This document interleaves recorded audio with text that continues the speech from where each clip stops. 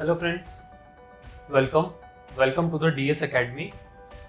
आज हम बात करने वाले हैं essentials of career in IT industry. So आज का वीडियो उन लोगों के लिए, उन बच्चों के लिए होने वाला है जो बीटेक कर रहे हैं, सेकंड, थर्ड या फोर्थ ईयर में है। दैट मीन्स आपको 1 से 2 साल 3 साल हो चुके हैं ऑलरेडी बीटेक में, या फिर आप फोर्थ ईयर में हैं और आप अब जॉब की तैयारी करने वाले हैं। तो ये वीडियो उन सभी बच्चों के लिए है। उनको पता होना चाहिए कि अगर आप फोर्थ ईयर में हैं तो जॉब पाने के लिए आपको क्या क्या चीज़ें आनी चाहिए। This video is specially for computer science branch या फिर IT students, computer science branch या फिर आईटी ब्रांच या फिर दूसरी ब्रांच के बच्चे जो आईटी में अपना कैरियर बनाना चाहते हैं। तो ये वीडियो उन सभी के लिए होने वाला है। तो चलिए शुरू करते हैं आज का वीडियो।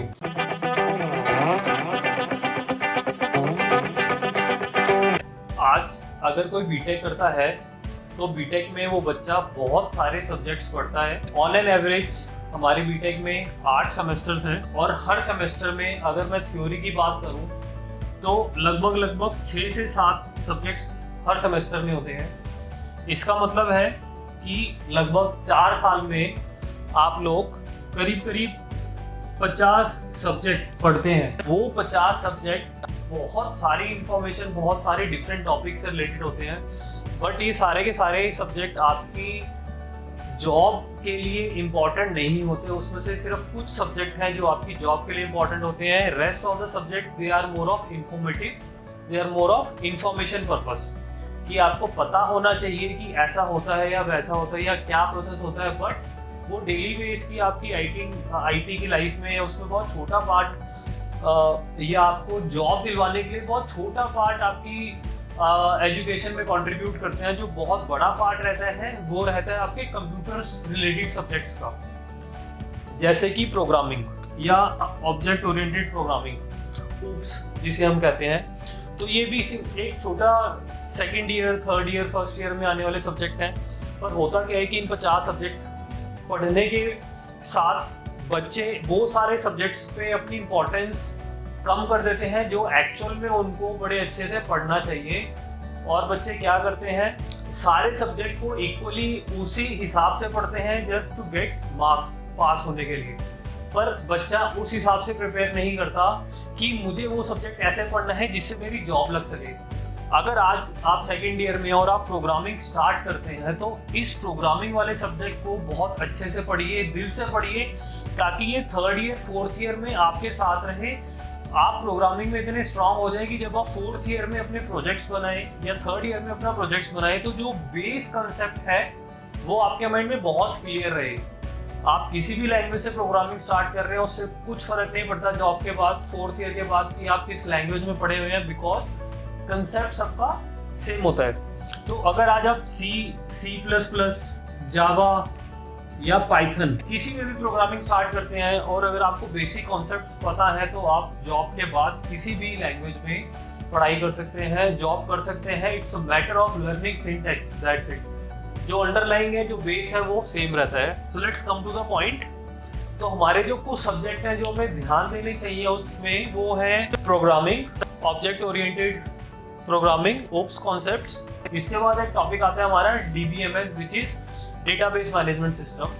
ये डेटाबेस मैनेजमेंट सिस्टम भी बहुत इंपॉर्टेंट होता है जब आप जॉब करते हैं, क्योंकि आप डे टू डे लाइफ में डेटाबेस का बहुत एक्सटेंसिव यूज करते हैं। डेटाबेस और आपकी programming they go hand to hand, बिल्कुल। मतलब आप प्रोग्रामिंग जब भी करोगे आप डेटाबेस का यूज करोगे ही करोगे। तो डेटाबेस कंसेप्ट ऐसा है जो आपको बिल्कुल थॉरो पढ़ना चाहिए। And there is another subject which is advanced database, तो आपको वो भी बहुत अच्छे से पढ़ना चाहिए। देयर इज अनदर सब्जेक्ट, एक और सब्जेक्ट आता है with the name data structures. Data structures थोड़ा डिफिकल्ट सब्जेक्ट है बिकॉज यहाँ पे काफ़ी एडवांस नॉलेज मिलती है about the structures, about the data, how they are organised, different approach, different algorithm. तो हमारे लिंक लिस्ट वगैरह क्या होते हैं, बाइनरी ट्रीज क्या होती हैं, और ऐसे कुछ एडवांस सब्जेक्ट हैं जो आपको कंसेप्ट्स हैं जो इस डेटा स्ट्रक्चर में पढ़ाया जाता है। तो मेक श्योर जब आप डेटा स्ट्रक्चर्स पढ़ें तो उसके कॉन्सेप्ट्स अच्छे से पढ़ें। और सेकंड थर्ड ईयर या फोर्थ ईयर में वो कंसेप्ट आप रिवाइज करते रहें। मेक श्योर आपके पास एक ऐसी नोटबुक पड़ी हो जहाँ पे आप अपने कॉन्सेप्ट्स लिखते हैं, पढ़ाई करते हैं। आपने एक अलग से बुक बना रखी है, अपनी कॉपी बना रखी है, रजिस्टर बना रखा है, नोट्स बेसिकली नोट्स बना रखे हैं। वो नोट्स अपने संभाल के रखें सो दैट कभी भी आप फ्यूचर में रिवाइज करते हैं तो आपको पता लग जाएगी आपने क्या पढ़ाई की थी और वो क्या रेफर करते हैं। बिकॉज इंटरव्यू में डेटा स्ट्रक्चर्स बहुत अच्छे से पूछा जाता है। जब आप एज अ फ्रेशर ज्वाइन करते हैं, as a fresher first time interview के लिए जाते हैं तो आपको डेटा स्ट्रक्चर्स के क्वेश्चंस पूछे जाते हैं। सिमिलरली आपसे डेटाबेस मैनेजमेंट के भी क्वेश्चंस पूछे जाते हैं, आपसे ऊप्स के कॉन्सेप्ट्स पूछे जाते हैं।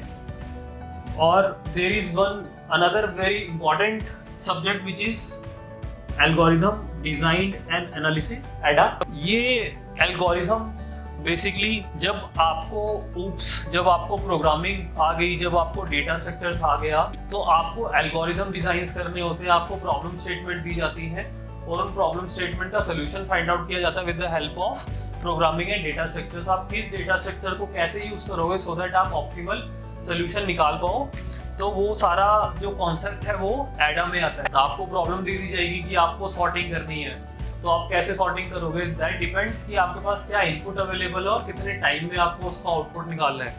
तो basis on all those inputs the problem statement, the given scenario, you come up with the output. तो वो सारे सिनेरियोज आपको एडा में पढ़ाए जाते हैं। तो जब भी आप पढ़ाई करो, जब भी आपके सेकेंड ईयर थर्ड ईयर में सब्जेक्ट आता है एडा का, मेक श्योर कि आप ये एडा सब्जेक्ट बहुत अच्छे से पढ़ें, दिल से पढ़ें। और सेमेस्टर निकलने के बाद ये सब्जेक्ट के नोट्स, आप इन सारे सब्जेक्ट के नोट्स संभाल के रखें ताकि जब भी आपको इंटरव्यू की तैयारी करना है आप ये सारे कंसेप्ट रिवाइज करें और इंटरव्यू के लिए प्रिपेयर करें। अगर आप ऐसा करोगे तो there is high chances you will get job, because these are the only thing from where the question will be asked. इन्हीं सब्जेक्ट से आपका क्वेश्चन पूछा जाएगा, बाकी सब्जेक्ट से क्वेश्चन नहीं पूछा जाएगा। अगर आप स्पेशली कंप्यूटर साइंस या आईटी ब्रांच से हैं या फिर आप आईटी के लिए किसी आईटी कंपनी के लिए जॉब इंटरव्यू प्रिपेयर करने वाले हैं। अब क्या हमारे पास सिर्फ यही सब्जेक्ट्स है जो हमें अच्छे से पढ़ने चाहिए? नहीं, हमें ये तो पढ़ने हैं, but there are some other subjects as well, like operating system, जो कि आपकी बेस नॉलेज को टेस्ट करते हैं कि जब जिस एनवायरनमेंट में आप प्रोग्राम लिखते हो वो कैसे काम करता है, शेड्यूलिंग क्या होती है और दूसरे कंसेप्ट्स होते हैं जो इसमें पूछे जाते हैं, तो आपको थोड़ा पता होना चाहिए। There is another subject which is called software testing, जो आपका थर्ड या फोर्थ ईयर में आता है। सॉफ्टवेयर टेस्टिंग कैसे होती है, कितने एस्पेक्ट होते हैं टेस्टिंग करने के लिए, but these are not sort of theoretical subjects। these all are practical implementation of the concepts। आपको प्रोग्राम लिखने के लिए दिया जाएगा, आपसे पूछा जाएगा, बट यहाँ से सारी theoretical चीज़ें होंगी। there is another subject which is called networking, जहाँ पे आप TCP/IP के बारे में पढ़ते हैं और OSI लेयर क्या होता है, वो सारी चीज़ों के बारे में पढ़ते हैं, but they all are more of theoretical subjects, not a practical subjects। तो जब आप बीटेक के लिए पढ़ाई कर रहे हैं या आप किसी भी बीटेक स्टूडेंट है तो मेक श्योर कि आपको ये 7 से 8 सब्जेक्ट बहुत दिल लगा के पढ़ने हैं, ताकि जब आप इसके लिए प्रिपेयर करो और जब आप जॉब के लिए प्रिपेयर करो तो आपको जॉब प्रिपरेशन के टाइम पे दिक्कत नहीं है। होता क्या है कि जब आप फोर्थ ईयर के बाद, कॉलेज के बाद आप इंटरव्यू देने के लिए जाओगे, ये ऐसा सब्जेक्ट है जो आपकी बेस नॉलेज है। जब आप जॉब के लिए जाओगे तो आपको ऑल टुगेदर नई चीजें करनी होंगी, तो उस टाइम नई चीजें सीखने के टाइम पे आप लोग ये चीजें याद रखोगे पर इनको दोबारा सीखोगे नहीं, दोबारा पढ़ोगे नहीं। अगर आप जॉब के टाइम पे अगर आपको यही सब्जेक्ट नहीं आता होगा या आपको ये कंसेप्ट नहीं आते होंगे तो आप जॉब के लिए कैसे प्रिपेयर करोगे? जॉब ज्वाइन करने के बाद कैसे उसके लिए आप प्रिपेयर करोगे जॉब का? बिकॉज वहाँ पे ऑल टुगेदर आपको नए एनवायरनमेंट में नई चीजें सिखाई जाएंगी जो सारी इनके ऊपर बेस्ड होंगी, राइट। तो अगर आज आपको कोई लिंक लिस्ट का प्रोग्राम है या आपको कोई प्रॉब्लम स्टेटमेंट दे दी जाती है, एल्गोरिथम डिजाइन करने के लिए दिया जाता है, जब आपको पता ही नहीं है कि वो एल्गोरिथम क्या होते हैं या बिग O ऑफ नोटेशन क्या होती है, टाइम मैनेजमेंट कैसा होता है, मेमोरी वर्सेस टाइम कैसा ग्राफ जाता है, क्या इंपॉर्टेंस है, तो जब आपको वो कॉन्सेप्ट्स ही नहीं पता होंगे तो आप जॉब में कैसे जो प्रॉब्लम दी जाएगी उसका सोल्यूशन कैसे निकालेंगे? जब आपका बेसिक क्लियर नहीं होगा। तो make sure whenever you study you encounter all those subject in your BTech, make sure you star on all those subject. अलग से इसको स्टार करिए, नोट्स बनाइए, छोटे छोटे नोट्स बनाइए, उसके सिंगल लाइनर कमेंट लिखिए सो दैट जब भी आप उसको रिवाइज करें आपको पता लग जाए, और उनको अलग से सेव करके रखिए। अपनी books related to data structures और ऑब्जेक्ट ओरिएंटेड प्रोग्रामिंग को अलग से रखिए, किसी को मत दीजिए, सो दैट फ्यूचर में जब भी आप रिवाइज करो उसको आपको रिवाइंड हो जाएगी आपने क्या पढ़ा था और उसका मतलब क्या था। So these are the subjects जो कि आपको पता होना चाहिए। In the next video we will discuss कि जॉब, अगर आप 4th ईयर में और जॉब के लिए तैयारी कर रहे हैं तो आपको क्या क्या चीजें आनी चाहिए, ताकि जब आप जॉब के लिए अप्लाई करें तो तब आपका रिज्यूमे बिल्कुल टॉप पे हो। एक कंपनी आपका रिज्यूमे देख के आपको शॉर्टलिस्ट कर ले, राइट। एक कंपनी के पास आज एक टाइम पे 100, 200, 500 इतने रिज्यूमेज आते हैं for fresher. You can imagine कि अगर एक कंपनी, एक कॉलेज के एक सब्जेक्ट कंप्यूटर साइंस ब्रांच से अगर 120 बच्चे या 200 बच्चे होते हैं और आपके इंजीनियरिंग कॉलेज भर के हैं, तो किसी कंपनी के लिए जब फ्रेशर्स अप्लाई करते हैं तो कितना मासिव अप्लाई करते हैं। तो होने क्या वाला है, जब आप जॉब के लिए अप्लाई करेंगे तो या तो आप उनके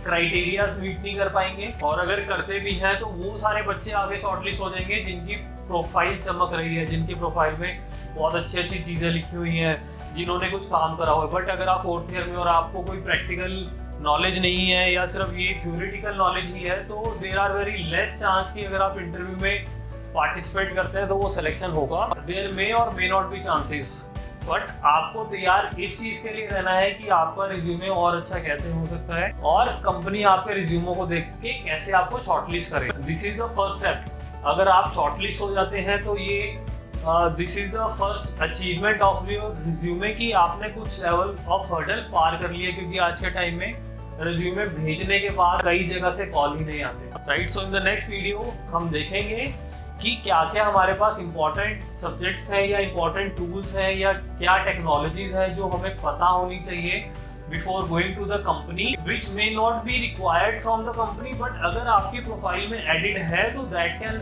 add weight to your resume so that company आपको डिनाई ही नहीं कर सकती।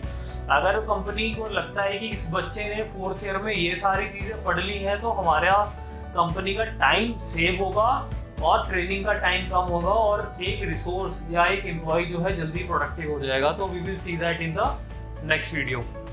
Thank you.